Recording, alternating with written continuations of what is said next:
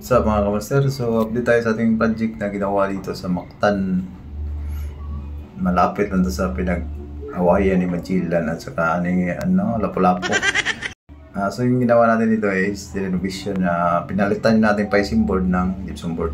So may design din na curtain cove at saka curtain cove light. Itong cove light na mahirap gawin. So takpan tong bintana mga kamaster, i-build up na yung wall. Klase na sa kanto ng kulong. WPC yata yung ano dito sa headboard eh. Ito yung curtain cove light natin mga kapaster. Medyo mahirapin gawin kapag hindi ka makapasado sa mga ganyang design. So ito yung curtain cove, dalawang dalawang kurtina, isang makapal at isang manipis.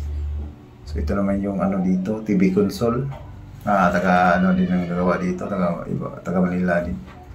So ito yung nabit natin chandelier. So may kondo rin ang Mactan Plains. Yan yung kondo.